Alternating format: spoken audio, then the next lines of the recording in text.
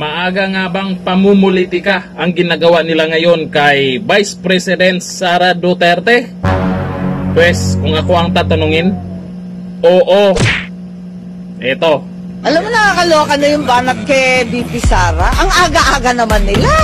Yung Ang importante, maghanda na kami ngayon. mga atat na tumakbo sa 2028, alalahanin 5 taon pa.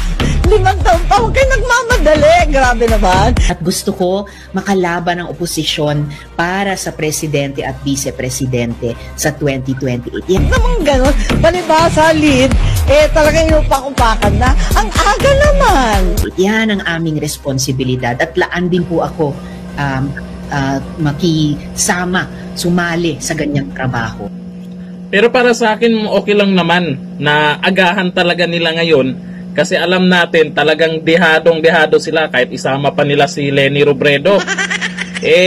Ang ayaw lang po kasi natin yung talagang yung may kasamang paninira ng ginagawa kay Vice President Sara Duterte, hindi na maganda yon.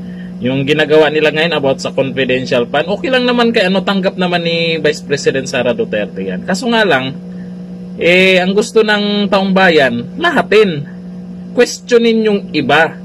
Lalo na yung ngayon, dun sa House of Representatives, may mga nagki-question dyan, ba't tahimik sila? May mga senador, sa senador yung mga budget din nila, lahatin. Kaya naniniwala po talaga tayo na maagang pamumulitika talaga ang ginagawa nila ngayon.